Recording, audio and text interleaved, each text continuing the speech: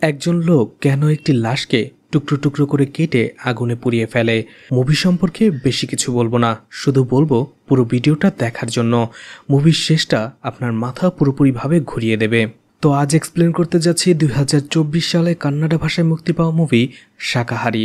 তো hi guys, welcome to my channel ফিল্মের গল্প। এমন নতুন আর অসাধারণ সব মুভি আর ওয়েব সিরিজের এক্সপ্লেনেশন বাংলায় দেখতে চাইলে চ্যানেলটিকে সাবস্ক্রাইব করে রাখতে পারেন। মুভির শুরুতেই রাতের বেলা একটি বাস থেকে একজন লোককে নামতে দেখা যায়। সিন শিফট হয়ে যায়। এরপরেই কাঁপতে কাঁপতে একটি লোককে বাতি জ্বালাতে দেখা যায়। তারপরেই সেই লোকটি সেখানে অন্য একটি লোকের লাশকে কেটে টুকরো টুকরো করে। রক্তে মাখা যে লোকটিকে দেখতে পাচ্ছেন তার নাম সুব্রমণিয়াম। সবাই তাকে সুবনা বলে ডাকে। সুবনা টুকরো টুকরো করে কাটা লাশটাকে আগুনে পুড়িয়ে ফেলে। এরপরেই জায়গাটাকে পরিষ্কার করে ফেলে। এরপরেই গায়ত্রী নামের একজন অসুস্থ মহিলাকে মালিকার্জুনা নামের একজন পুলিশ অফিসার কল করে। গায়ত্রী তাকে বলে, তোমার ট্রান্সফার লেটার কি পেয়ে গেছো কিনা? মালিকার্জুনা তাকে বলে, আজকে তো রবিবার, কালকেই পেয়ে যাব, আর লেটার পাওয়ার সাথে সাথে আমি চলে আসব। গায়ত্রী একটু রেগে যায়। সে বলে, তাড়াতাড়ি করো, এই গ্রাম ছাড়তে হবে। মালিকার্জুনা তাকে বলে, হ্যাঁ আমি বিষয়টা দেখছি। গায়ত্রী রেগে ফোনটা কেটে দেয়। কিছুক্ষণ পরেই মালিকার্জুনা কল করে ডিএসপিকে সে জিজ্ঞেস করে, ট্রান্সফারের কত দূর হলো স্যার? ডিএসপি তাকে বলে, আগে মার্ডার কেসটা সলভ করো, তারপরে ট্রান্সফারটা প্রসেস হবে। মালিকার্জুনা বলে, কেসটার সবকিছু শেষ, সোমবারের শুধু পোস্টমর্টম রিপোর্টটা আসলেই আমরা কোর্টে আসামিকে পেশ করব। মালিকার্জুনা ডিএসপিকে বলে তার ট্রান্সফার প্রসেসটা একটু দ্রুত করার জন্য, তার স্ত্রীর হেলথ ইস্যু রয়েছে। ডিএসপি তাকে বলে, কেসটাকে ক্লোজ করো, তারপর সবকিছু হয়ে যাবে। মালিকার্জুনা আসলে একদিন ছুটি কাটিয়ে স্টেশনে ফিরল। স্টেশনে আসার পরেই মালিকার্জুনা দেখতে পায় বাবান্না নামের একজন নেতা এসেছে। মালিকার্জুনা মমতা নামের অন্য একজন পুলিশ অফিসারকে বলে, তোমাকে তো বলেছি এখন নতুন কোনো কেসে আমি ইনভলভ হব না। এই কেসটা ক্লোজ করতে পারলেই আমার ট্রান্সফার লেটারটা চলে আসবে, আমি এখান থেকে চলে যাব।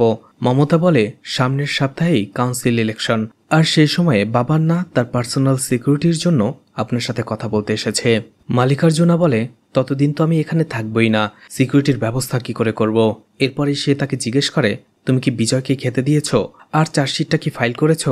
মমতা বলে, হ্যাঁ স্যার, সবকিছু শেষ, এখন শুধু পোস্টমর্টেম রিপোর্টটাই বাকি, সেটা অ্যাটাচ করে দিলেই সব কাজ কমপ্লিট। এরপরেই মালিকার্জুনা মমতাকে বলে, হেড অফিস থেকে কিছু সরঞ্জাম আসবে, সেগুলোকে রিসিভ করতে গেছে কিনা? মমতা বলে, হ্যাঁ, হালিশাপ্পা এবং নাগারাজু তারা দুজনেই বাস স্ট্যান্ডে চলে গেছে। এদিকে পুরো গ্রামে বাবান্নাকে দেখা যায় তার নির্বাচনী প্রচারণা চালাতে। সেখানেই একজন পাগলকে দেখা যায়। সে শুধু জিজ্ঞেস করে সে কোথায়। গায়ের মানুষরাও জানে যে তাকে অন্যদিকে দেখিয়ে দিলে সে চলে যায়, তাই যাকেই সে জিজ্ঞেস করে তাকে একটা দিক তারা দেখিয়ে দেয়। এরপরেই সুবানার হোটেলকে দেখা যায়, যেখানে সবাই সকালে খাবার খাচ্ছিল। তখনই তাকে একজন লোক জিজ্ঞেস করে, কালকে সন্ধ্যায় থিয়েটারে আসলে না কেন? সুবানা বলে, তার শরীরটা অসুস্থ ছিল। এরপরেই সেখানে একজন প্রিস্টকে দেখা যায়, হোটেলে বসে খাবারের জন্য অপেক্ষা করছিল আর একা একাই বকবক করে যাচ্ছিল। কিছুক্ষণ পরেই সেখানে হালিশাপ্পা এবং নাগারাজুকে দেখা যায়, যারা সেই সরঞ্জামগুলো নিয়ে হোটেলে চলে আসে সুবানার। সেখানে তারা রেস্ট নেয় এবং চা খায়। এরপরেই সেখানে বসে থাকা বাচাল শাস্ত্রীকে দেখা যায় পুলিশদের জিজ্ঞেস করে, এর ভিতরে কি আছে? তারা বলে, হেড অফিস থেকে কিছু সরঞ্জাম পাঠানো হয়েছে। সুবানাকে দেখা যায় কিছু একটার জন্য ওয়েট করতে। রেডিওতে একটা খবর প্রচারিত হওয়ার সাথে সাথে সে চা দুটো দিয়ে আসে এবং তার হোটেলের পিছনে চলে যায় কিছু প্লেট আর গ্লাস ধোয়ার জন্য। কিন্তু সেখানে সেগুলো ধোয়া বাদ দিয়ে সুবানা পেছনের গেট খুলেই সুভদ্রা নামের একজন মহিলাকে বাসের ভেতরে দেখতে থাকে। সুভদ্রাও তার দিকে তাকিয়ে মুচকে হাসে। কিছুক্ষণ পরেই বাসটা চলে যায়। এদিকে মালিকার্জুনাকে দেখা যায় স্টেশনে বাবান্নার সাথে কথা বলতে। সে বলে, পার্সোনাল সিকিউরিটির ব্যবস্থা করতে হলে অবশ্যই ডিসি অফিস থেকে পারমিশন লাগবে। বাবান্না বলে, সেটা এসে যাবে, তুমি ব্যবস্থা করো। এরপরেই বাবান্নাকে দেখা যায় সুবর্ণার হোটেলে আসতে এবং সেখানে তার কাছে ভোট চায়। বলে, তোমার ভোটটা কিন্তু আমাকেই দিতে হবে। তোমার ভাই কোথায়? তাকে অনেক দিন ধরে দেখছি না। সুবর্ণা বলে, ওর খবর আমিও জানি না, কয়েক মাস ধরেই ওকে দেখতে পাচ্ছি না, কোথায় গেছে কে জানে। বাবান্না বলে, তাড়াতাড়ি খোঁজ নাও, ও না আসলে আমার একটা ভোট কমে যাবে। এরপরেই সুবর্ণাকে দেখা যায় তার বাইকের পেছনে একটা বস্তা নিয়ে কোথাও আসে এবং জঙ্গলের ভেতরে সেখানে বস্তাটা ফেলে রেখে চলে যায়। সেখানে এমন আরও কয়েকটা বস্তা ছিল। এদিকে মালিকার্জুনাকে দেখা যায় হেড অফিস থেকে যেসব সরঞ্জাম এসেছে সেগুলো সবাইকে দেখাচ্ছে এবং কোনটার কাজ কি সেগুলো বর্ণনা করছে। সেখানে কয়েকটা ওয়াকি টকি, রেজিস্টার খাতা এবং স্পাই ক্যামেরা এসেছিল। সুবর্ণা সেখান থেকে আসার সময় তার হোটেলের জন্য সবজি কিনে ফেরে। কিছুক্ষণ পরেই মালিকার্জুনার কাছে একজন অফিসার দৌড়ে এসে বলে, স্যার, বিজয় পালিয়ে গেছে। এটা শুনে মালিকার্জুনা একেবারেই চমকে ওঠে, দৌড়ে বাইরে যায় এবং গাড়ি নিয়ে বিজয়ের পিছু করতে থাকে। বিজয় একটা সময় রাস্তা ছেড়ে জঙ্গলে দৌড়াতে শুরু করে। মালিকার্জুনা এবং বাকি পুলিশরা তারাও পিছনে দৌড়াতে শুরু করে। মালিকার্জুনা একটা সময় বিজয়কে ধরেই ফেলে, কিন্তু বিজয় কোনোভাবে তার থেকে পালিয়ে যায়। বিজয়কে যখন তারা কোনোভাবেই ধরতে পারছিল না, একটা সময় বাধ্য হয়ে মালিকার্জুনা গুলি চালায়। গুলিটা লাগে বিজয়ের পায়ে। সেখানে একটা খাদ ছিল, বিজয় সেই খাদে পড়ে যায়। কিন্তু খাদের কিনারায় পুলিশরা যেয়ে বিজয়কে খুঁজে পায় না, অর্থাৎ বিজয় সেখান থেকে পালিয়ে গেছে। মালিকার্জুনা সবাইকে অর্ডার দিয়ে দেয় আশেপাশের থানায় খোঁজ দেওয়ার জন্য। বিজয়কে খুঁজে বের করতেই হবে। সন্ধ্যার আগে হেডকোয়ার্টারে যেন এই খবরটা না যায়। সুবর্ণা দুপুরে ঘুমানোর জন্য তার হোটেল বন্ধ করে। তখনই কিছু পড়ার শব্দ পায়। সে ভাবে হয়তো ইঁদুর ঢুকেছে। সুবর্ণা সেখানে যেয়ে দেখতে পায় তার রান্নাঘরে আহত বিজয় পড়ে আছে। তাকে দেখে সুবর্ণা ভয় পেয়ে যায়। বিজয় তাকে বলে, স্যার, দয়া করে আমাকে রক্ষা করুন। আহত বিজয় বলতে থাকে, আমি কোনো খুন করিনি, আমি নির্দোষ, পুলিশের হাতে আমাকে তুলে দেবেন না। যদি পুলিশে খবর দেওয়ার চেষ্টা করেন তাহলে আমি নিজেকেই নিজে খুন করে ফেলবো। সুবর্ণা বলে, তুমি কে? ঠিক আছে, আমি পুলিশকে খবর দিচ্ছি না। তখনই তার গেটে নক করে। সুবর্ণা ভয় পেয়ে যায়। ধীরে ধীরে যে দরজা খোলে। সেখানে হালিশাপ্পা, মমতা সহ আরও কয়েকজন পুলিশ অফিসার ছিল, যাদের দেখে সুবর্ণা ভয় পেয়ে যায়। কিন্তু তারা এখানে বিজয়কে খুঁজতে আসেনি। তারা এখানে এসেছিল রেস্ট নেওয়ার জন্য, একটু চা খাওয়ার জন্য। কারণ বিজয়কে খুঁজতে খুঁজতে দৌড়াতে দৌড়াতে তারা টায়ার্ড হয়ে গেছে। এদিকে মালিকার্জুনাকে অনেক টেনশনে দেখা যায়, কারণ কালকে এই কেসটা ক্লোজ করতে পারলেই তার ট্রান্সফারটা রেডি হয়ে যেত। কিন্তু এখন বিজয়কে খুঁজে না পেলে তার ট্রান্সফারটা আবারও আটকে যাবে। পুলিশদের দেখে সুবর্ণার হাত পা ভয়ে কাঁপতে থাকে। সে চাও ঠিকঠাকভাবে ঢালতে পারছিল না। একজন জিজ্ঞেস করে, সুবর্ণাকে বিজয়ের ফটোটা দেখাও, যদি এখানে এসে থাকে।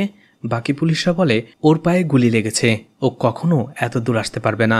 আমরা বাইকে এসেছি, তাই এত সময় লেগে গেছে, ও কিভাবে আসবে? তারপরও মালিকার্জুনা বিজয়ের ছবি দেখায় সুবর্ণাকে। মালিকার্জুনা বলে, ও জেল থেকে পালিয়েছে, খুনের আসামি। যদি দেখো সাথে সাথে আমাকে ইনফর্ম করবে। সুবর্ণা এতটাই ভয় পেয়েছিল, পুলিশরা যখন সেখান থেকে যাওয়ার সময় তাকে চায়ের টাকা দেয়, সে তাদের বেশি ফেরত দিয়ে দেয়। কিন্তু সেই পুলিশ অফিসার বাকি টাকা দিয়ে তারা সেখান থেকে চলে যায়। সুবর্ণা তাড়াতাড়ি এসে বিজয়ের পাটা ব্যান্ডেজ করে দেয়। পুলিশদের দেখা যায় পুরো গ্রামে সবাইকে বিজয়ের ছবি দেখিয়ে দিচ্ছে যে এই ছেলেটা জেল থেকে পালিয়েছে। যদি কেউ তাদের খোঁজ পায় পুলিশকে যেন ইনফর্ম করা হয়। বিকেলে বিজয়ের জ্ঞান ফেরে। সে ঘুম থেকে ওঠার পরেই সুবর্ণাকে ধন্যবাদ জানায়। সে বলে, পুলিশকে খবর দিলেই আমি নিজেকে খুন করে ফেলতাম। সুবর্ণা তাকে বলে, তোমাকে দেখে ভালো মানুষ মনে হচ্ছিল। বিজয় বলে, আপনি চিন্তা করবেন না, আমি চলে যাব। সুবর্ণা তাকে বলে, ওসব চিন্তা বাদ দাও, আগে তোমার পা ভালো হোক, তারপরে যেও। সেখানে বিজয় কাঁদতে থাকে। সুবর্ণা তাকে বলে, কি হয়েছে? তোমার দুঃখের কথা আমাকে বলো, দুঃখ শেয়ার করলে কমে যায়। বিজয় বলতে শুরু করে। বিজয় বলে, এই পৃথিবীতে আমার বন্ধু ছাড়া আর কেউ নেই। আমরা দুজনেই অনাথ আশ্রমে বড় হয়েছি। কলেজ পর্যন্ত আমরা একসাথেই পড়েছি, কিন্তু এরপরে ও আর পড়াশোনা কন্টিনিউ করেনি। আমি আমার ডিগ্রি কমপ্লিট করেছি, স্কলারশিপও পেয়েছি। এরপরেই বিএসএফ এর এন্ট্রান্স এক্সাম দিয়েছিলাম। বিএসএফ এর জয়নিং লেটার আসা তখনও বাকি ছিল। অন্যদিকে তখনই আমার বন্ধু হার্ষা আমাকে তাড়াতাড়ি গ্রামের বাড়ি যেতে বলে। আমিও চলে যাই। সেখানে অনেকদিন পর দুই বন্ধু একসাথে হতে তারা একে অপরকে দেখে অনেক খুশি হয়। বিজয় তাকে বলে, এত জরুরিভাবে কেন আসতে বলেছ? কিন্তু বারবারই কথা এড়িয়ে যাচ্ছিল হার্ষা। অবশেষে একটার সময় বিজয় তাকে জোর করলে হার্ষা বলে, আমি একটি মেয়ে দেখেছি, তোমার সাথে খুব মানাবে। মেয়েটিও এতিম, আমাদের মতো, ওরও কোনো ফ্যামিলি নেই। মেয়েটা কিছুটা পড়াশোনাও করেছে, এখন একটা মুদি দোকান চালায়। আমাদের জন্য এর থেকে ভালো পাত্রী আর আমরা পাবো না। বিজয় প্রথমে রাজি হয় না, কিন্তু হার্ষা তাকে জোর করাতে সে রাজি হয়ে যায়। এরপরেই দেখা যায় তারা মেয়েটিকে দেখতে যায়, আর মেয়েটিকে দেখার পরেই তার ভালো লেগে যায়। মেয়েটির নাম ছিল সুগন্ধিকা। তারা এরপরেই তাদের বিয়ের কথা ঠিক করে ফেলে। কিছুদিন পরে তাদের বিয়েও হয়ে যায়। তারা একে অপরকে অনেক ভালোবেসে ফেলে। কিছুদিন পরেই তাদের বিয়ের জন্য হানিমুন প্যাকেজ নিয়ে আসে হর্ষা। কিন্তু হানিমুন থেকে ফেরার পরেই বিজয়ের জয়নিং লেটার চলে আসে। বিএসএফে তাকে জয়েন করতে হবে। এটা শুনেই সুগন্ধিকা রেগে বসে। সুগন্ধিকা বিজয়কে বলে, আমি তোমাকে ছাড়া থাকতে পারবো না, তুমি আমাকে তোমার সাথে নিয়ে চলো। বিজয় বলে, আমার 2 বছরের ট্রেনিং হবে, সেখানে আমি ক্যাম্পে থাকবো, তোমাকে নিয়ে আমি কোথায় রাখবো? এরপরেই বিজয় চলে যায় তার ট্রেনিংয়ে। আর সুগন্ধিকা একা হয়ে পড়ে। সে কোনোভাবেই বিজয়কে ভুলতে পারছিল না। তার দিন যেন কাটছিলই না। মাঝে মধ্যে 2-1 দিনের ছুটি পেলেই বিজয় চলে আসতো সুগন্ধিকার কাছে, কিন্তু তারপরে আবার ট্রেনিংয়ে। সুগন্ধিকা যেন একেবারেই নিঃসঙ্গ হয়ে পড়েছিল। ট্রেনিংয়ের সময় হর্ষা একদিন আমাকে একটি চিঠি পাঠায়। আমি একটু অবাক হয়ে গিয়েছিলাম। এই সময় চিঠিকে পাঠায়। হর্ষা তাকে জানায়, চিঠিটা লিখতে আমি তোমাকে বাধ্য হয়েছি, কারণ সুগন্ধিকার ব্যবহার আমার একেবারেই ভালো লাগছে না। কয়েকদিন ধরেই আমি তাকে একটি ছেলের সাথে দেখেছি। খোঁজ নেওয়ার জন্য আমি তার বাড়িতেও গিয়েছিলাম, এমনকি বাড়িতেও সেই ছেলেটিকে আমি তাকে দেখেছি। এই বিষয়ে আমি তার সাথে কথা বলতে চেয়েছিলাম, কিন্তু সুগন্ধিকা আমাকে অ্যাভয়েড করে চলছে। এরপরে আমি সুগন্ধিকার বান্ধবীর সাথে কথা বলেছি। জানতে পারি ছেলেটার নাম মাদান্না। তার সাথে বাড়ির পাশেই বল খেলতে যেয়ে পরিচয় হয় সুগন্ধিকার। এরপরে ধীরে ধীরে তাদের মধ্যে সম্পর্কটা বাড়তে থাকে। সুগন্ধিকার ফ্রেন্ড তাকে একবার ধরে ফেলেছিল। সুগন্ধিকা তাকে বলে, ওয়াইফ হিসেবে আমি যেটা করছি সেটা ভুল, কিন্তু একজন মহিলা হিসেবে যেটা আমি করছি সেটা আমার নিজের জন্যই করছি। তাকে চিঠিতে লেখে, তাড়াতাড়ি বাড়ি চলে আসো, তোমার ফ্যামিলিকে বাঁচিয়ে নাও। এই সব কিছু শোনার পরে বিজয় একেবারেই ভেঙে পড়ে, কারণ তার পুরো পৃথিবীর জোরে শুধুমাত্র 2 জন মানুষ ছিল, হর্ষা এবং সুগন্ধিকা। এরপরে দ্রুত বিজয় বাড়িতে চলে আসে। সুগন্ধিকা বিজয়কে দেখে অনেক খুশি হয়ে যায় এবং তার পছন্দের খাবার রান্না করতে চায়, কিন্তু বিজয় সুগন্ধিকাকে বলে, ছেলেটিকে।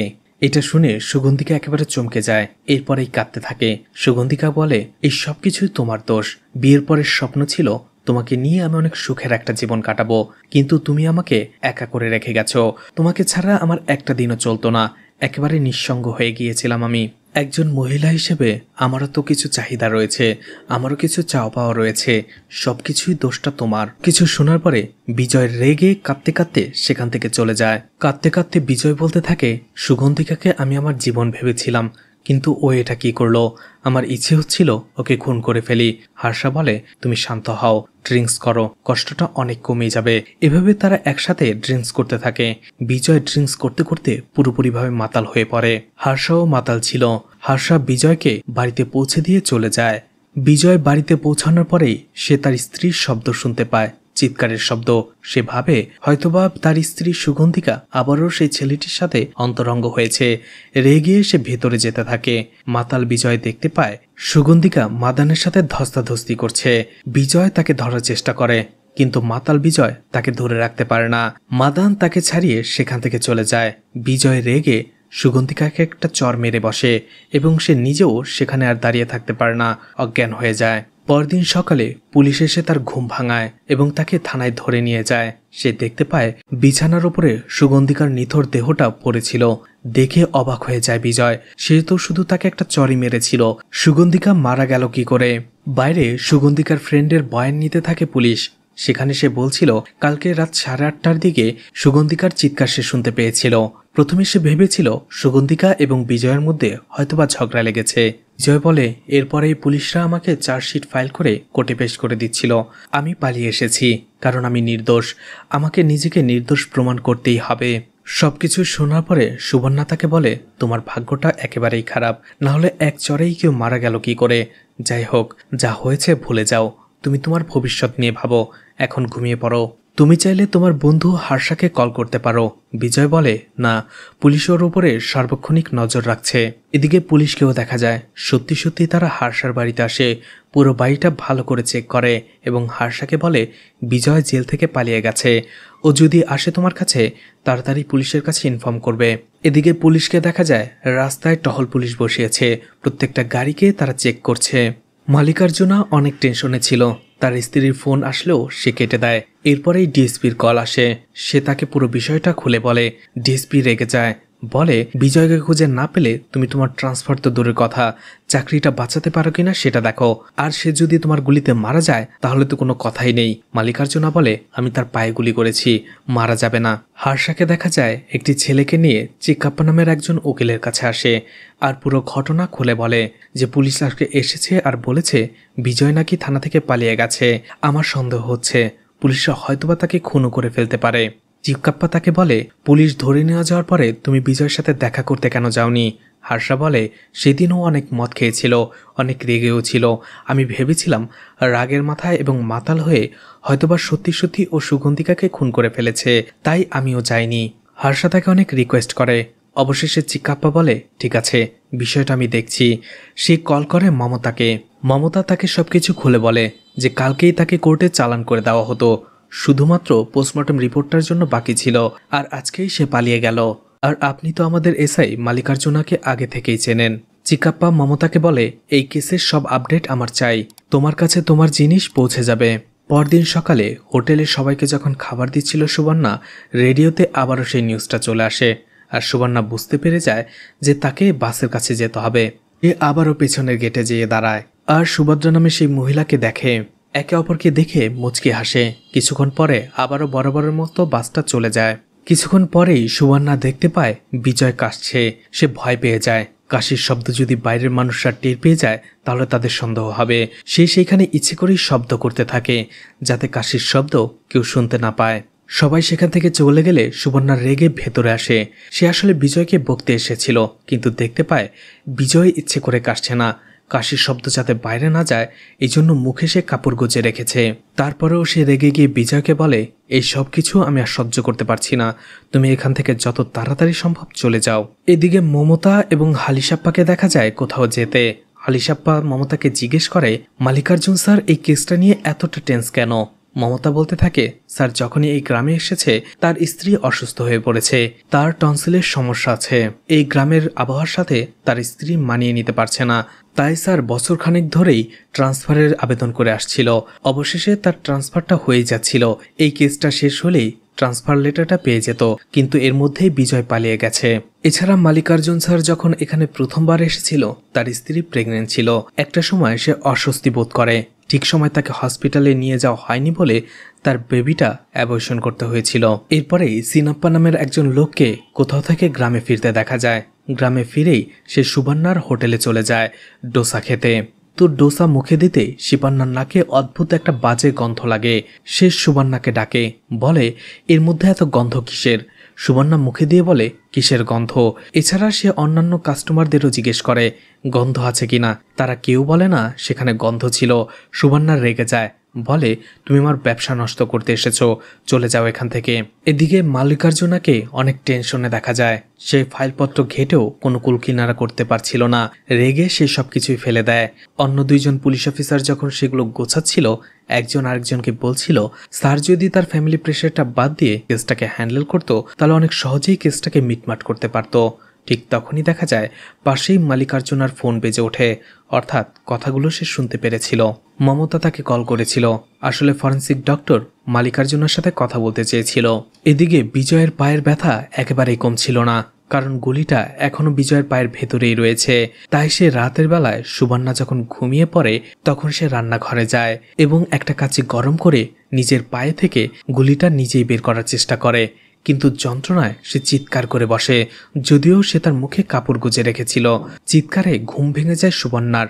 হোটেলের পাশ দিয়ে যাওয়া একজন পাহারাদারও সেই চিৎকারের আওয়াজ শুনতে পায়। সে দরজায় নক করে। সুবর্ণা যায় তাকে বলে আমার গায়ের উপর দিয়ে ইঁদুর হেঁটে যাচ্ছিল আর দুঃস্বপ্ন দেখছিলাম, দুটো মিলেই চিৎকার করে বসেছি। লোকটা সেখান থেকে চলে যায়।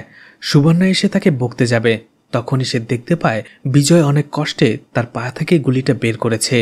তারপরে সুবর্ণা তাকে বকে, বলে তোমার জন্য আমি কেন বিপদে পড়ব, এখনই চলে যাও।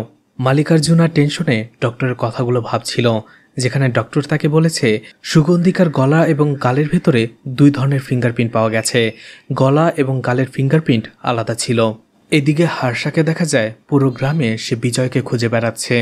আর খুঁজতে খুঁজতে আর বিজয়ের টেনশনে সে অসুস্থ হয়ে পড়েছিল অনেকটা। এদিকে ঘুমের ঘরে বিজয়ের মাথায় কেউ একজন কান তাক করে। এটা দেখে বিজয় ভয় পেয়ে যায়, চিৎকার করে ওঠে। তখনই দেখা যায় সেটা সুবর্ণা ছিল। সে বলে, জ্বরে তোমার গা পড়ে যাচ্ছে, এটা খেয়ে নাও, জ্বরটা কমে যাবে। হোটেলের মানুষরা খাবার খাচ্ছিল। আবারও সেই নিউজটা বাজতে শুরু করে, অর্থাৎ সুবর্ণা এখন পেছনে যাবে সেই মহিলাকে দেখার জন্য। ঠিক তখনই সে দেখতে পায় সেই শাস্ত্রী ঘরের ভেতর ঢুকে গেছে, রান্নাঘরে। সে জিজ্ঞেস করে, তুমি এখানে কেন? শাস্ত্রী বলে, না, দেখতে আসলাম। প্রতিদিন রেডিওতে এই লোকটা কথা বলার সাথে সাথে তুমি থালা বাসন নিয়ে ভেতর আসতে শুরু করো, কারণটা কি? সুবর্ণা কথা ঘুরিয়ে দেয়, বলে, এই লোকটা যখনই কথা বলে তখনই আমি থালা বাসনগুলো ধুয়ে ফেলি। এরপরে যখনই গান শুরু হয় সেই গান শুনতে শুনতে আমি রান্না করি।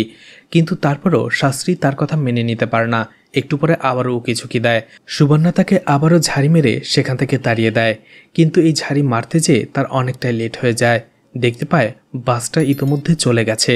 সুভদ্রাকে সে আর দেখতে পায় না। এদিকে সিনাপ্পার স্ত্রীর কাছ থেকে রোজকারের মতো সুবর্ণা সবজি কিনতে থাকে। সেই মহিলাটি তাকে বলে, ওই গ্রামে একজন বিধবা মহিলা রয়েছে। বিধবা মহিলাটি দেখতে ভালোই, তুমি চাইলে আমি তোমার বিয়ের কথা বলতে পারি। কতদিন আর এভাবে একা একা থাকবে? কিন্তু সুবর্ণা কোনো কথা বলে না, সেখান থেকে চলে যায়।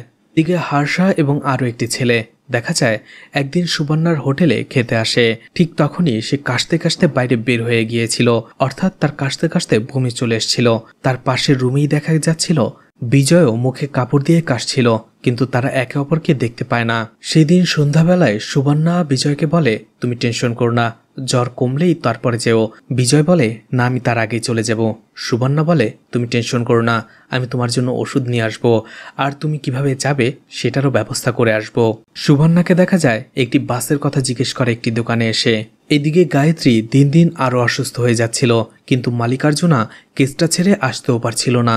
মালিকার্জুনাকে দেখা যায় হার্ষাকে নিয়ে সেই মদের দোকানে আসে, আর সিসিটিভি ফুটেজ থেকে সেই ফুটেজ দেখে যেদিন তারা দুই বন্ধু এই দোকানে একসাথে বসে মদ খেয়েছিল। এছাড়া হার্ষা মালিকার্জুনাকে মাদানের কথাও বলে যে সুগন্ধিকার সাথে মাদানের একটা সম্পর্ক ছিল। মালিকার্জুনাকে দেখা যায় দিন রাত কেসটা নিয়ে কাজ করছিল। রাত ভোরেই স্টেশনে বসে সিসিটিভি ফুটেজ দেখছিল। এদিকে রাতে সুবর্ণা বাড়িতে ফিরেই সে বিজয়ের সাথে দেখা করে, বলে, আমি সব ব্যবস্থা করে এসেছি। রাত 4:30টায় ব্যাঙ্গালোরের একটি বাস ছাড়ে, তুমি সেখানে উঠে চলে যাবে, আর আমাদের যেতে 30 মিনিট সময় লাগবে, তাই 3:30 বাজে আমাদের ঘুমে থেকে উঠতে হবে। তখনই সে তাকে একটি ওষুধ দেয়, বলে, এটা খেয়ে নাও, জ্বর কমে যাবে। এছাড়া সে বিজয়ের জন্য কিছু জামা কাপড় এবং নতুন জিনিসপত্র এনে দেয়, যেগুলো বিজয়ের প্রয়োজন হতে পারে, আর তাকে কিছু টাকা দিয়ে দেয়। বিজয় তার কাছে কৃতজ্ঞতা প্রকাশ করে। অ্যালার্ম দিয়ে রেখেছিল সুবর্ণা। অ্যালার্ম বাজতেই সে ঘুম থেকে উঠে যায়, আর বিজয়ের ঘরে যেয়ে বলে, তাড়াতাড়ি উঠে পড়ো, 3:30 বেজে গেছে, আমাদের যেতে হবে। কিন্তু বিজয়ের কোনো সারা শব্দ পাওয়া যায় না। সুবর্ণা বলে, তোমার জ্বর তো কমে গেছে, তাড়াতাড়ি উঠে পড়ো। কিছুক্ষণ ডাকার পরেও বিজয়ের কোনো সারা শব্দ নেই। সুবর্ণার সন্দেহ হয়, সে তার শ্বাস নিঃশ্বাস চেক করে। সুবর্ণা দেখতে পায় বিজয় শ্বাস নিচ্ছিল না। সে ভয় পেয়ে যায়। একে তো বিজয় জেল পালানো খুনের আসামি, তার উপরে তাকে সে আশ্রয় দিয়েছিল। পুলিশ যদি তার মৃতদেহ এখানে পায় তাহলে কি হবে? সে কি করবে? সে তো একেবারেই ফেসে যাবে। পুলিশ কোনো কথাই তার বিশ্বাস করবে না। সে ভাববে বিজয়কে হয়তো সুবর্ণাই মেরেছে। কিছুক্ষণ ভাবার পরেই সুবর্ণা বিজয়ের লাশটা বস্তার ভেতর ভরে দেয় এবং উপরে কিছু কয়লা এবং ধুলোবালি দিয়ে বস্তার মুখটা বেঁধে দেয়। তার বাইকে করে বস্তাটা নিয়ে বের হয়ে যায়। কিন্তু কিছুটা দূর যাওয়ার পরেই সেই নাইট গার্ড শিপান্না এবং আরও একজন পুলিশের সামনে পড়ে। সুবর্ণাকে দেখে জিজ্ঞেস করে, এত রাতে কোথায় যাচ্ছ? সুবর্ণা ভয় পেয়ে যায়, কিন্তু তারপরেও বলে যে আজকে সকালেই হোটেলে এসে তুমি বললে যে আমার খাবারের গন্ধ, এই জন্য পুরো রান্নাঘরটাকে আমার আবার পরিষ্কার করতে হয়েছে। সেই ময়লাগুলোই ফেলতে যাচ্ছি। শিপান্না বলে, এখন অনেক রাত, এই রাতের বেলা বের হয়েও না, সকালে আমি যাব, তোমার সাথে আমি কাজে তোমাকে হেল্প করব, এখন বাড়িতে যাও। সুবর্ণা বস্তাটা নিয়ে আবারও বাড়িতে ফিরে আসে। বাড়িতে আসার পরে হোটেলের দরজা জানালা সবকিছু ভালো করে বন্ধ করে দেয় সুবর্ণা। নিজেই নিজের কপাল চাপড়াতে থাকে, কেন সে বিজয়কে আশ্রয় দিতে গেল। আশ্রয় দিতে গিয়ে আজকে সে এত বড় বিপদে পড়েছে। এরপরেই সেই রান্নাঘরে বসেই বিজয়ের লাশটাকে সে কেটে টুকরো টুকরো করে। তারপরে তার ডোসা বানানোর বড় চোলায় বিজয়ের কাটা হাত পাগুলো জ্বালিয়ে ফেলে এবং সেখানে যাতে গন্ধ না বের হয় সেজন্য সুগন্ধি কাঠও সেটার ভেতরে পোড়ায়। অতঃপর পুরো জায়গাটাকে সে পরিষ্কার করে ফেলে। পরদিন সকাল থেকেই সুবর্ণাকে আরও স্বাভাবিক দেখা যায়। সে খুব হাসি খুশি ছিল, কারণ তার কাছ থেকে বিপদটা চলে গেছে। তো তারপরেও যখনই সে রান্নাঘরে আসছিল সে বিজয়ের মুখটা দেখতে পাচ্ছিল। বিজয় তাকে বলেছিল সে ইনোসেন্ট। পরদিনই সে কাউন্সিল ইলেকশন ছিল। গ্রামের সবাই হোটেলে খাবার খেতে আসে, শাস্ত্রীও আসে। শাস্ত্রী দেখতে পায় সুবর্ণা অনেক বেশি স্বাভাবিক। সেই দিনও রেডিওতে আবারও সেই লোকটা কথা বলতে শুরু করলেই সুবর্ণা পেছনের গেটে চলে যায়। কিন্তু আজকে সে সুভদ্রাকে দেখতে পায় না। বাসে সে ছিল না। সুবর্ণার মনটা খারাপ হয়ে যায়। পেছন থেকে ফিরে এসেই সুবর্ণা দেখতে পায় তার হোটেলে 2 জন পুলিশ অফিসার এসেছে, হালিশাপ্পা, নাগারাজু। সে তাদের দেখে কিছুটা ভয় পেয়ে যায়, কিন্তু তারা সেখানে এসেছিল চা খেতে। কথায় কথায় শাস্ত্রী তাকে জিজ্ঞেস করে, তোমরা কি বিজয়কে খোঁজা বন্ধ করে দিয়েছো? তারা 2 জন বলে, হ্যাঁ। আসলে জানা গেছে বিজয় নির্দোষ ছিল। কথাটা শোনার পরে সুবর্ণা রান্নাঘরে যেয়ে কাঁদতে থাকে। ছেলেটি তাকে বলেছিল সে নির্দোষ, শুধু শুধু তার এখানে বিনা চিকিৎসায় থেকে মারা গেল। এদিকে হার্ষা এবং তার বন্ধুর কথা মতো সেই উকিল চিকাপ্পা কোর্টে কেসটা আবারও রিওপেন করতে যাচ্ছিল এবং সে বলে হার্ষাকে যে তোমার বন্ধু নির্দোষ ছিল, তোমার বন্ধু তার স্ত্রীকে খুন করেনি। এটা শুনে হার্ষা আরও ভেঙে পড়ে। সে তাকে খুনি ভেবেছিল, খুনি ভেবে তাকে একবার সে দেখতেও যায়নি। এদিকে শিপান্না আবারও সেই হোটেলে আসে আর বলে, অত রাতে এসব করার কি দরকার? আমাকে বললেই তো হতো, চলো এখন পরিষ্কার করে দিচ্ছি। সুবর্ণা বলে, তোমার আশায় আমি বসে থাকিনি, সব কাজ আমার শেষ। শিপান্না সেখানে আবারও ডোসার অর্ডার দেয়, কিন্তু ডোসা খেতে আবারও তার নাকে সেই বাজে গন্ধটা লাগে। সে সুবর্ণাকে ডাকে এবং বলে, এত বাজে গন্ধ কোথা থেকে আসে? সুবর্ণা আবার রেগে যায় এবং বাকিদের জিজ্ঞেস করে তাদেরও কি গন্ধ লাগছে কিনা, কিন্তু কেউ বলে না। এতে সুবর্ণা রেগে যায় এবং শিপান্নাকে সেখান থেকে তাড়িয়ে দেয়, বলে আর কখনো আমার হোটেলে খেতে আসবে না। শিপান্না যখন তার স্ত্রীর সাথে কথা বলছিল, তার স্ত্রী সবকিছু শোনার পরে রেগে যায়, বলে তোমাকে কে বলছে ওর সাথে এসব করতে? ও আমার সাথে রেগুলার একটা বিজনেস করতো, আমার কাছ থেকে সবজি কিনতো। যদি না কিনে এই সবজিগুলো কোথায় বিক্রি হবে? এছাড়া ওর বিয়ে দিয়ে সেখান থেকে আমি কিছু একটা কমিশন পেতাম, তুমি সবকিছু নষ্ট করে দিয়েছ। কিন্তু শিপান্না বলে, সত্যি আমার নাকে খুব বিকট গন্ধ লেগেছিল। মমতা এবং মালিকার্জুনা কোথাও যাচ্ছিল। তাদের দুজনকে ঝগড়া করতে দেখে মমতা সেখানে চলে আসে এবং পুরো বিষয়টা জানতে চায়। সবকিছু খুলে বললে মমতা বলে, ঠিক আছে যাও। আর ওর হোটেলটা তো একটা সিমেন্ট্রির পাশে, সেখানে অনেক লাশ জ্বালানো হয়, সেই জন্যই হয়তোবা একটু তোমার নাকে গন্ধ লেগেছে, তেমন কিছু না। এদিকে শিপান্নার স্ত্রীকে দেখা যায় সুবর্ণার সাথে দেখা করতে, বলে আমার হাজবেন্ডের কথায় তুমি কিছু মনে করো না, ওর নাকি এমনিতে একটু বেশি গন্ধ, ঘরের ভেতরে খিটখিট করতে থাকে। এই নাও ইঁদুর মারার ওষুধ, তোমার হোটেলে ইঁদুর টিদুর থাকলে সেগুলোকে মেরে ফেলো, হয়তোবা সেখান থেকেই গন্ধটা ছড়াচ্ছে। সুবর্ণাকে দেখা যায় ভোট দিতে আসতে, তখনও তার ভাইয়ের কথা জিজ্ঞেস করা হয়। সুবর্ণা বলে তার ভাইয়ের খবর সে জানে না, 4-5 মাস ধরে তার কোনো দেখা নেই। এদিকে বিজয় যেহেতু নির্দোষ প্রমাণিত হয়েছে, তাই পুলিশ আবার কেসটা ইনভেস্টিগেশন করতে থাকে। সুগন্ধিকার ফ্রেন্ডকে জিজ্ঞাসাবাদ করে। সেখানে মেয়েটি বলে, সেই দিন সকাল 10টার দিকে আমি যখন আমার ফুল গাছগুলোতে পানি দিচ্ছিলাম, আমি বিজয়কে বাড়ি ফিরতে দেখি। এরপরে রাত 8:30টার দিকে আমি 2 জনের চিৎকার চেঁচামেচি শুনি। আমি আসলে তখন একটি সিরিয়াল দেখছিলাম, কারেন্ট চলে গিয়েছিল, এই জন্য সময়টা আমার এত পারফেক্টলি মনে আছে। অন্যদিকে তখনই মালিকার্জুনাকে গায়ত্রী কল করে এবং চিৎকার চেঁচামেচি করতে থাকে যে আমি মারা যাওয়ার পরে কি তুমি ট্রান্সফার লেটার পাবে? আর কবে তুমি এখান থেকে আসবে? চাকরিটা ছেড়ে দাও, সব কিছু ছেড়ে তুমি এখানে চলে আসো। মালিকার্জুনা বলে, আমি অনেক বাজেভাবে ফেসে গেছি, কেসটা ক্লোজ না করে আমি আসতে পারবো না, তুমি একটু বোঝার চেষ্টা করো। কিন্তু গায়ত্রী তাকে বকাঝকা করে। মালিকার্জুনাও রেগে যায়। এদিকে মালিকার্জুনা যখন কোথাও যাচ্ছিল, সেই উকিল চিকাপ্পা তাকে দাঁড় করায় আর বলে, তুমি সাবধান হয়ে যাও, কেসটাকে ভালোভাবে হ্যান্ডেল করো, না হলে অতীতের কথা হয়তো তুমি ভুলে যাওনি। এই কেসটাতে তুমি যদি একটাও গন্ডগোল করেছো, তাহলে আমি আগের কেসটা আবারও রিওপেন করব। আর ভালো হবে তুমি নিজেকে দোষী স্বীকার করে নাও, না হলে আমার ব্যাপারে তো তুমি জানোই, আমি তোমার এগেনস্টে চলে যাব। কিছুটা রেগে যায় মালিকার্জুনা, বলে তুমি আমাকে ক্ষমা করে দাও, আমার রাস্তায় এসো না, আমি এমনিতেই কেসটা নিয়ে অনেক জটিলতায় রয়েছি, মাফ করে দাও আমাকে। ভোট দেওয়ার পরেই সুবর্ণা যখন আবারও এসে হোটেল খোলে, সে দেখতে পায় সুভদ্রা তার ছোট্ট ছেলেকে নিয়ে হোটেলে এসেছে। তাকে দেখেই খুশি হয়ে যায় সুবর্ণা। সুভদ্রা তাকে কিছু বলতে চায়, কিন্তু হোটেলে একের পর এক কাস্টমার আসছিলই, যার ফলে তারা কথা বলার সুযোগই পায় না। সুভদ্রা সেখান থেকে চলে যায়।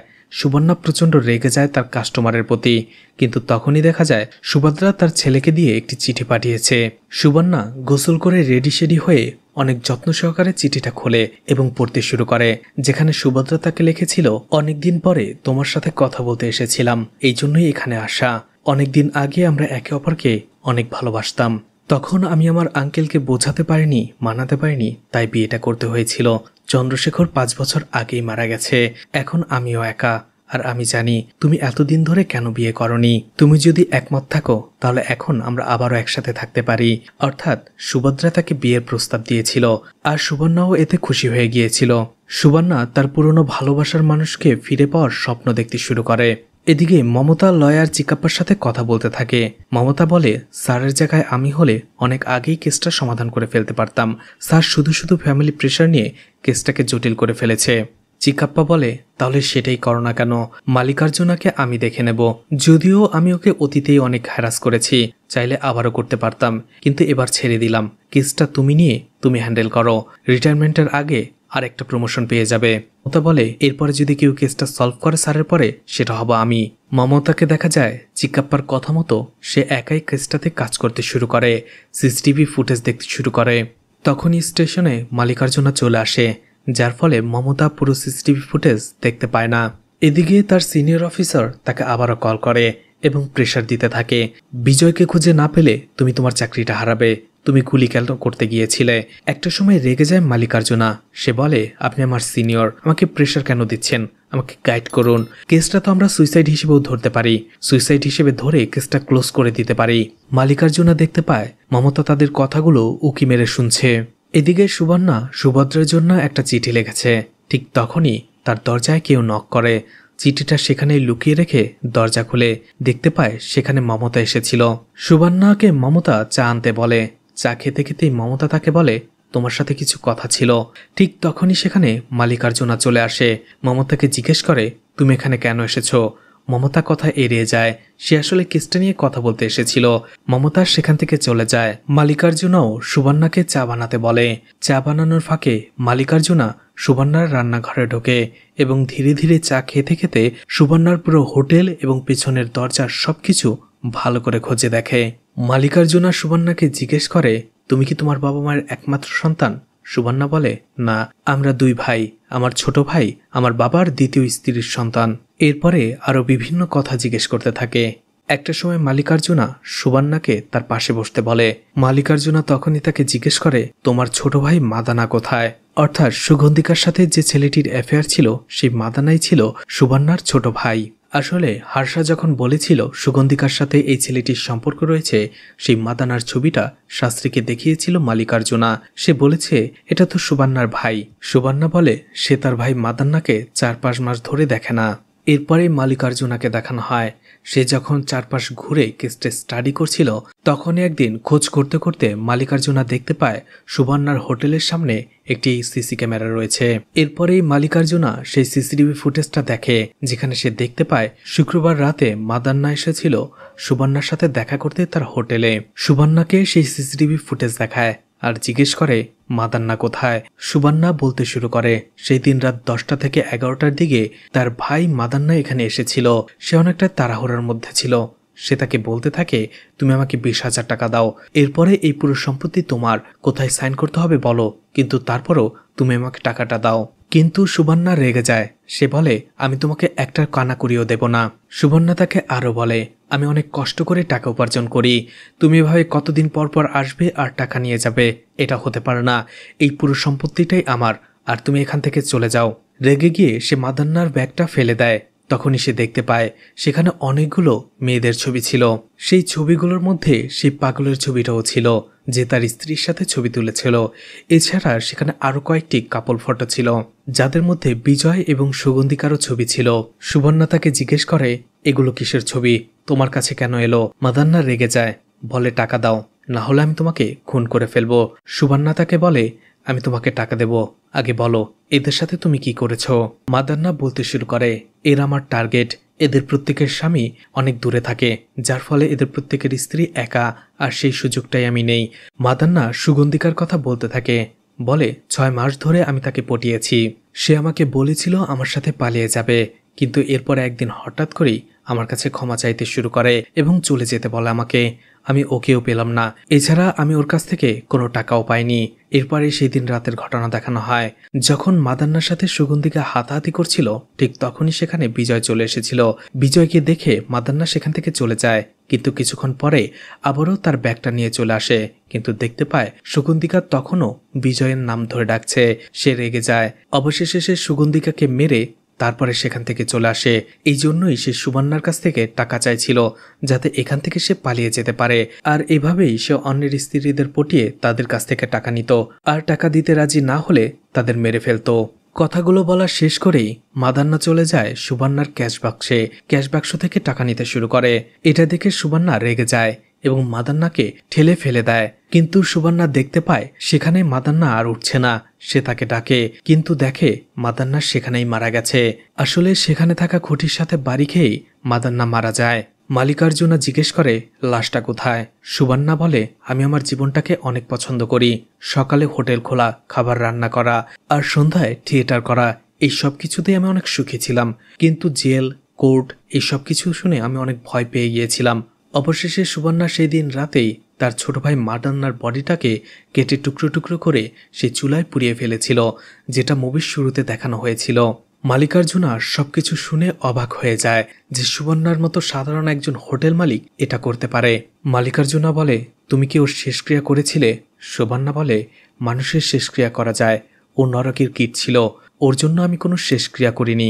সুবর্ণা বলতে থাকে, আমি কিছু করিনি স্যার। মালিকার্জুনা রেগে যায়, বলে, তখন আমাদের ইনফর্ম করলে আমরা হয়তো কিছু করতে পারতাম, এখন কি করব? এরপরে মালিকার্জুনা জিজ্ঞেস করে, বিজয় কোথায়? সুবর্ণা বলে, বিজয়কে স্যার? মালিকার্জুনা এরপরে সিসিটিভি ফুটেজ দেখায়, যেখানে দেখা যাচ্ছিল সেই সিসিটিভি ক্যামেরায় ধরা পড়েছিল বিজয় ঘুরিয়ে ঘুরিয়ে সুবর্ণার হোটেলে এসেছিল। আর মালিকার্জুনার এটা সন্দেহ হয়েছিল আশেপাশের মানুষের কথা শুনে। শাস্ত্রী তাকে বলেছিল, হঠাৎ করেই 2 দিন সে অনেক বেশি প্যানিক ছিল। আমি তার কিচেনে ঢুকতে গেলে সে আমাকে বাইরে বের করে দেয়। এছাড়া শিপান্না এবং তার স্ত্রীর কথা, যেগুলো মমতা শুনেছিল।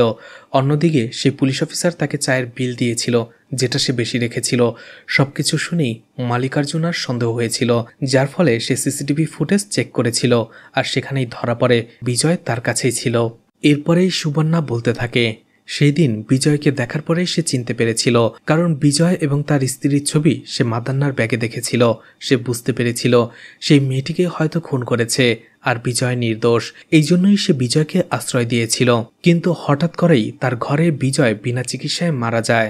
মালিকার্জুনা জিজ্ঞেস করে, বিজয়ের লাশটা কোথায়? সুবর্ণা আবারও তার চুলার দিকে তাকায় আর বলে, বিজয়ের লাশটাও সে একই রকম ভাবে, অর্থাৎ মাদান্নার মতো কেটে টুকরো টুকরো করে সেই চুলায় জ্বালিয়ে ফেলেছে। সবকিছু শোনার পরে একেবারে হতবাক হয়ে পড়ে মালিকার্জুনা। সুবর্ণা এসব কি বলছে? 2টি মানুষকে সে মারার পরে চুলার ভেতরে জ্বালিয়ে ফেলেছে, তারপরও আবার টুকরো টুকরো করে। সুবর্ণা বলে, স্যার আপনাকে চা এনে দেব? মালিকার্জুনা বলে, ঠিক আছে। মালিকার্জুনা বলতে থাকে, এটা একটা ভেজিটেরিয়ান হোটেল, আর তুমি মানুষ পুড়িয়ে সেই চুলার ভিতরে খাবার রান্না করছো? সুবর্ণা বলে, স্যার গাছেরও তো প্রাণ আছে, সেগুলো তো কেটে টুকরো টুকরো করে সেগুলোতে আমরা আগুনে পোড়াই, মানুষও সেই রকম। আর স্যার আমি যেটা করেছি সেটা শুধুমাত্র একটা অ্যাক্সিডেন্ট ছাড়া আর কিছু নয়। আমার ভাগ্যটা খারাপ ছিল, তাই ওরা দুজনেই এখানে এসে মারা গেছে। মালিকার্জুনা বলে, ঠিক আছে, এখন আর কিছুই করার নেই, থানায় চলো। সুবর্ণা মালিকার্জুনাকে বলে, আমি যে আপনাকে বিজয় এবং মাদান্নার কথা বলেছি সেগুলোর কোনো প্রমাণ আছে আপনার কাছে? কিসের ভিত্তিতে আপনি আমাকে অ্যারেস্ট করবেন? মালিকার্জুনা হাসতে থাকে, বলে, কলেজ পাশ করেছি, ডিগ্রি পাশ করেছি, পুলিশের ট্রেনিং নিয়েছি, তারপরে এসআই হয়েছি। তোমার কি মনে হয় এভিডেন্স ছাড়াই আমি তোমাকে অ্যারেস্ট করছি? এরপরেই মালিকার্জুনা দেখায় তার রেডিওর পাশে ছোট্ট একটা স্পাই ক্যামেরা লাগিয়ে রেখেছিল মালিকার্জুনা, যেটাতে সবকিছু রেকর্ড হয়েছে এতক্ষণ। এটা শুনে ভয় পেয়ে যায় সুবর্ণা।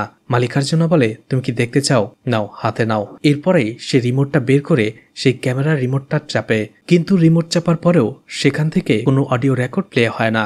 এটা শুনে ভয় পেয়ে যায় মালিকার্জুনা। তখন সে দেখতে পায় সেই স্পাই ক্যামেরার ব্যাটারিটাই লাগানো হয়নি, যার ফলে কোনো কিছুই রেকর্ড হয়নি। এটা দেখে হাসতে থাকে সুবর্ণা, বলে, স্যার কলেজ পাশ করে, ডিগ্রি পাশ করে পুলিশের ট্রেনিং নিয়ে কি হলো? আপনি তো ক্যামেরার ব্যাটারি লাগাতেই ভুলে গেছেন। আগে ব্যাটারি লাগানো শিখুন, তারপর আমাকে অ্যারেস্ট করবেন। রেগে যায় মালিকার্জুনা, কারণ এটা নিয়ে তার অনেক প্রেশার ছিল। অন্যদিকে সুবর্ণার হাসি সে আর সহ্য করতে পারছিল না, সে তাকে চুপ করতে বলছিল। মালিকার্জুনা অবশেষে নিজেকে কন্ট্রোল করতে না পেরে সুবর্ণাকে একটা চর মেরে বসে। মালিকার্জুনা বলতে থাকে, তুমি কি জানো এই কেসটা নিয়ে আমি কতটা প্রেশারে রয়েছি? আমি 3 দিন যাবৎ ঘুমাইনি। ওইদিকে আমার স্ত্রী মরতে বসেছে, আর এইদিকে এই কেসটা নিয়ে আমি ফেসে আছি। আমার কপালটাই খারাপ, আমি এই কেসটা নিয়ে প্রত্যেকটা মুহূর্তে তিলে তিলে মারা যাচ্ছি। মালিকার্জুনা বলে, তোমাকে কে বলেছিল বিজয়কে জায়গা দিতে? দেখে সুবর্ণা তখনও সেখানে পড়ে আছে। সে তাকে ধাক্কা দেয়, কিন্তু সুবর্ণা ওঠে না। তখনই মালিকার্জুনা দেখতে পায় সুবর্ণার মাথা ফেটে রক্ত বের হচ্ছে। আসলে যখন মালিকার্জুনা চর মেরে বসেছিল তখন দেয়ালে থাকা একটা তার কাটার সুবর্ণার মাথায় ঢুকে গিয়েছিল, যার ফলে ব্লিডিং হয়ে সুবর্ণা সেখানেই মারা গিয়েছে। মালিকার্জুনা ভাবতে থাকে এখন সে কি করবে। মমতা তাকে এখানে দেখে গিয়েছিল, আসলেই তার কপালটা খারাপ। এখন সে কি করবে? এটা তো পুরোপুরি একটা অ্যাক্সিডেন্ট। তখনই তার সুবর্ণার কথাগুলো মনে পড়ে, মাদানা এবং বিজয়ের কথা মনে পড়ে। অবশেষে মালিকার্জুনাও সেই কাজটাই করে। সুবর্ণার ডেড বডিটা কেটে কেটে টুকরো টুকরো করে সে চুলায় পুড়িয়ে ফেলে আর জায়গাটাকে পরিষ্কার করতে শুরু করে। কিন্তু চুলায় জ্বালানোর সময় সুবর্ণা সুভদ্রার জন্য যে চিঠিটা লিখেছিল সেটা চুলার উপরেই পড়ে যায়, যার ফলে সেটা ধীরে ধীরে পুড়তে শুরু করে। মালিকার্জুনার সবকিছু শেষ করার পরে যখনই হোটেল থেকে বের হতে যাবে তার প্রচন্ড কাশি ওঠে। একটা সময় কাশতে কাশতে সেখানে পড়ে যায়। দেখা যায় সেখানে সেই ইঁদুর মারার ওষুধটা। আসলে সুবর্ণা যখন তাকে চা দিয়েছিল চায়ের সাথে ইঁদুর মারার ওষুধটা মিশিয়ে দিয়েছিল। পরদিনই দেখা যায় পুলিশ এবং লোকজনের ভিড়, সবাই সেখানে চলে আসে, লাশটা উদ্ধার করে। অন্যদিকে সুভদ্রা সেই বাড়ির ভেতরে ঢোকে। একটা সময় সে সেই পোড়া চিঠিটা খুঁজে পায়, যেটার শুরুতে লেখা ছিল প্রিয় সুভদ্রা। সুভদ্রা বুঝে যায় সুবর্ণা তার সাথে জীবন কাটানোর জন্য রাজি ছিল। সে তাকে চিঠি লিখেছিল, কিন্তু তার আগেই এই ঘটনা। আর এখানেই এই ভিন্নধর্মী অসাধারণ সাসপেন্স থ্রিলার মুভিটি শেষ হয়ে যায়। তো মুভিটি আপনাদের কেমন লেগেছে কমেন্ট করে জানাতে পারেন। ভিডিওটি ভালো লাগলে লাইক কমেন্ট শেয়ার করে পাশে থাকতে পারেন। এছাড়া ভিডিওটি ভালো লাগলে চ্যানেলটিকে সাবস্ক্রাইব করে রাখতে পারেন। আর নতুন ভিডিওর নোটিফিকেশন পেতে চাইলে বেল বাটনটি অন করে রাখতে পারেন। এছাড়া আমার ফেসবুক পেজ এবং ইনস্টাগ্রাম আইডিটি ফলো দিয়ে রাখতে পারেন। যে কোনো প্রয়োজনে সেখান থেকে আমার সাথে কন্ট্যাক্ট করতে পারেন। ভিডিওটি এতক্ষণ ধৈর্য ধরে দেখার জন্য ধন্যবাদ। পুরো ভিডিওতে কোথাও কোনো ভুল হলে ক্ষমাস্বরূপ দৃষ্টিতে দেখবেন আশা করি।